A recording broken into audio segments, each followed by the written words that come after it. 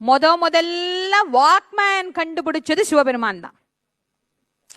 நாம நினைச்சிட்டு இருக்கிறோம் வாக்மேன் ஏதோ அமெரிக்க விஞ்ஞானிகள் கண்டுபிடிச்சு அது நம்ம ஏதோ இன்னைக்கு மாட்டிட்டு பாட்டு கேட்டுட்டு இருக்கிறோம்.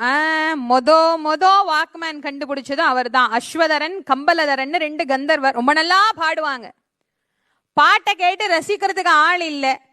அவங்க 2 பேரும் சுவாமிகிட்ட போய் சொன்னாங்க, இந்த பாரு சுவாமி, நாங்க உனக்காக தான் கஷ்டப்பட்டு பாடுறோம், எங்க பாட்டை கேட்க ஆள் இல்லை, அதனால எங்களுக்கு ஒரு வரம் கொடுன்னார். சிவபெருமான் பெரிய வரதராஜா, உனக்கு என்னப்பா வரம் வேணும்னார். நாங்க 2 பேரும் பாடுவோம், நீங்க அதை கேட்டுட்டே இருக்கணும்னு. சிவபெருமான் பார்த்தார், அவர் என்ன வேலை வெட்டி இல்லாமலா சும்மா இருக்கிறாரு, என்ன பண்ணலான்னு யோசிச்சார். 2 பேர்த்தையும் 2 தோடா குண்டலமா பண்ணி இப்படி காதுல மாட்டிட்டார். 24 மணி நேரமும் பாடிட்டே இருக்கு. நான் 24 மணி நேரமே கேட்டுட்டே இருக்கிறேன். முதல்ல அவர் தான் குண்டலமா வாக்மேனை வச்சிருந்தார்.